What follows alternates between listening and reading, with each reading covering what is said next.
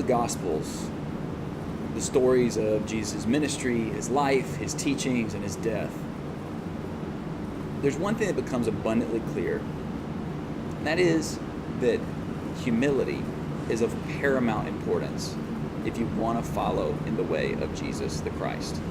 You cannot have a life with Jesus without humility. So how do we develop it? This is absolutely fundamental. When you read the pages of the Gospels, you can't get around it. But it's kind of hard to be humble sometimes, especially when we're around people and we're in a world and when we look in the mirror at someone who's not always very humble. So how do we develop it? In Luke chapter 14 and in Luke chapter 18, Jesus gives a statement about humility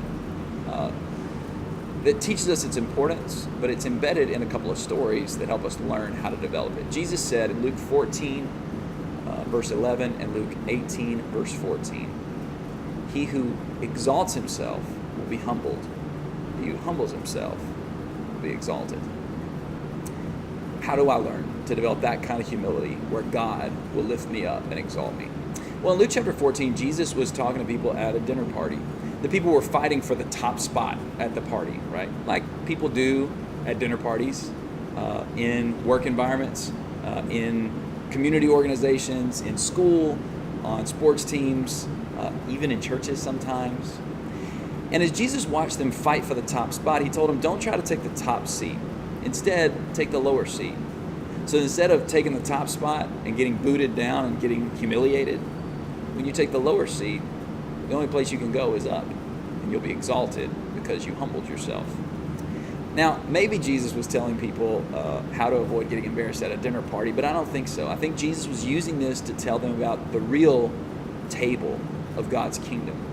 That if you want to be lifted up in God's eyes, you got to make sure that you humble yourself. And in this context, Jesus gives us one way, one discipline that if we practice it will help us to cultivate a heart and a spirit of humility. And that is to give other people the prominence in life and be willing to take a back seat. Let other people take credit, even if you deserve it. Praise other people, even if they don't totally deserve it. Don't berate other people. Don't put other people down. Don't brag on yourself. Don't feel the need to tell other people how great you are, but instead, let other people have prominence while you take the back seat. That's one way to cultivate a spirit and a heart of humility. Jesus goes on, though, and gives us something else that would help us to be more humble. He turned to the host of the dinner. He said, hey, actually, whenever you host a dinner, don't invite your friends. Invite the poor, the lame, the crippled, the blind, people who the world would consider as losers or the lowly. Show love to them.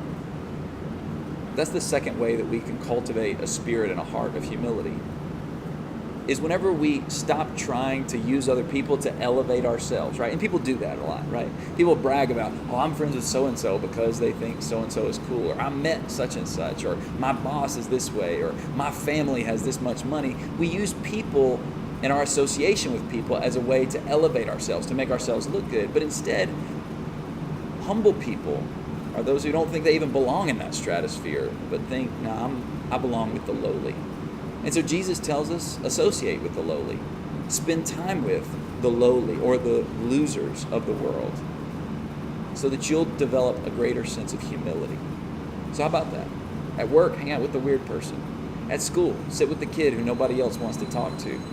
In your church, look out for the people who are outsiders, who are loners, who don't have anybody who loves them.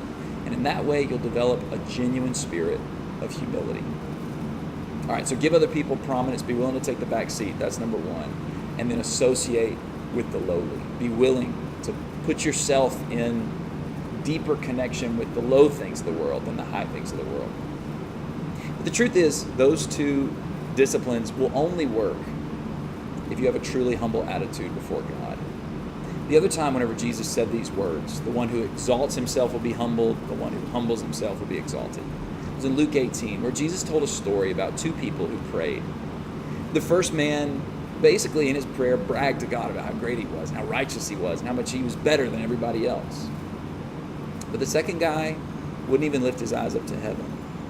And he prayed to God, God, be merciful to me, a sinner. And in Luke 18 and verse 14, Jesus said, I tell you, that man, the one who recognized that he was merely a sinner, that man went down to his house justified rather than the other. For he who exalts himself will be humbled, but he who humbles himself will be exalted. It doesn't matter how much you give other people prominence and how much you take the back seat. It doesn't matter how much you associate with the lowly people of the world and the lowly things of the world. If you don't truly and fully believe that you are a sinner whose only hope is God's grace, if you don't understand that without God you have nothing, then you'll never be humble. But when you humble yourself, when you really humble yourself, you'll realize that with God you have all things.